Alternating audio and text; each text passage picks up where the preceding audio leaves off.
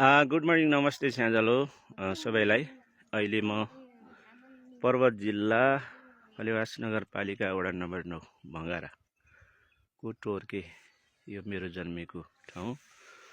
म पुरानो घर थियो, ठुलो घर थियो।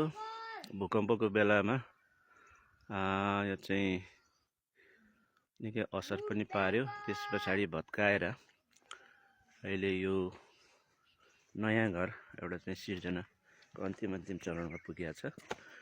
टोर्केलीहरूको एउटा चाहिँ यो आफ्नो पुरानो माटो हो, पुरानो चाहिँ जन्मेको हुर्केको ठाउँ हो र यसलाई अब आफ्नो जन्मेको ठाउँ, आफ्नो चाहिँ भूमिलाई, पितृभूमिलाई चाहिँ एउटा चाहिँ सम्मान पनि हो र हाम्रो एउटा टोर्केलीको एउटा इतिहाससँग जोडिएको यो ठाउँमा घर चाहिँ निर्माण।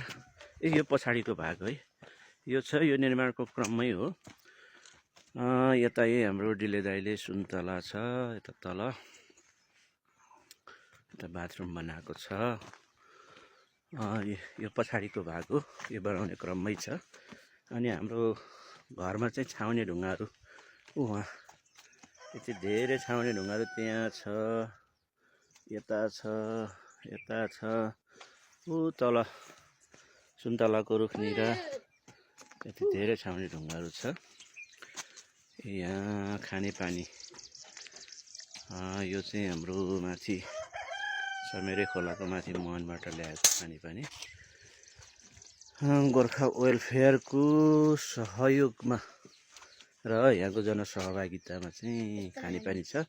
र यो पर्वतकै सबैभन्दा खानेपानीमा एकदम राम्रो मिठो पानी, त्यो खालको चाहिँ पानी भनिन्छ। र यो पारी चाहिँ नेपाली हो, नेपाली हो। माथि बाटो माथि हाम्रो दिदी जौमाया दिदी कुलबहादुर बाबुको घर, स्कुल, त्यो सल्यानधारा, यो तल हेरेहरूले छेकिएछ या खाल्टे।